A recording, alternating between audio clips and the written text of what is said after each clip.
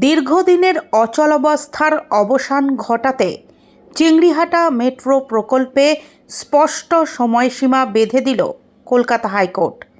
মঙ্গলবার সকাল 11টা নাগাদ এই সংক্রান্ত মামলার শুনানিতে ভারপ্রাপ্ত প্রধান বিচারপতি নির্দেশ দেন আগামী 15ই ফেব্রুয়ারির মধ্যেই চিংড়িহাটায় মেট্রোর পিলার নির্মাণের কাজ শেষ করতে হবে।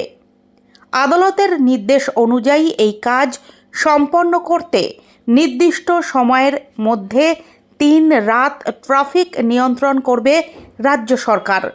কোন কোন তারিখে ট্রাফিক নিয়ন্ত্রণ করা হবে সেই বিস্তারিত তথ্য আগামী 6ই জানুয়ারির মধ্যে নির্মাণকারী সংস্থা RVNLকে জানাতে হবে বলেও নির্দেশ দেওয়া হয়েছে। উল্লেখ্য, নিউ গড়িয়া থেকে কলকাতা বিমানবন্দর পর্যন্ত মেট্রো লাইন সম্প্রসারণ প্রকল্পের কাজ চিংড়িহাটায় এসে দীর্ঘদিন ধরে আটকে রয়েছে। গোটা প্রকল্পের মধ্যে মাত্র 366 মিটার অংশ অসম্পূর্ণ থাকলেও ওই জায়গায় পিলার নির্মাণের জন্য ট্রাফিক ব্লকের প্রয়োজন হওয়ায় তৈরি হয় জটিলতা। অনুমতি না মেলায় কাজ এগোয়নি বলে অভিযোগ ওঠে। এই ইস্যুতে একাধিকবার রাজ্য ও কেন্দ্রীয় দফতর, পুলিশ প্রশাসন এবং নির্মাণকারী সংস্থা RVNL-এর মধ্যে বৈঠক হলেও সমস্যার সমাধান হয়নি।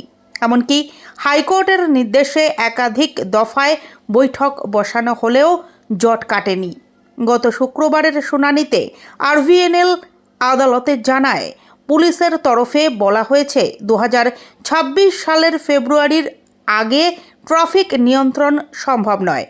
যদিও সংস্থার দাবি মাত্র 3 দিন রাত 10টা থেকে সকাল 6টা পর্যন্ত ট্রাফিক নিয়ন্ত্রণ করলেই পিলার নির্মাণের কাজ শেষ করা যাবে।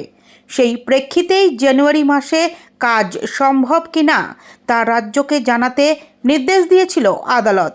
সব শেষে মঙ্গলবারের শুনানিতে স্পষ্ট সময়সীমা বেঁধে দিয়ে হাইকোর্ট জানিয়ে দেয়, আর বিলম্ব নয়। এখন নজর আদালতের নির্দেশ মেনে নির্ধারিত সময়ের মধ্যেই চিংড়িহাটা মেট্রো প্রকল্পের বহু প্রতীক্ষিত জট কাটে কিনা।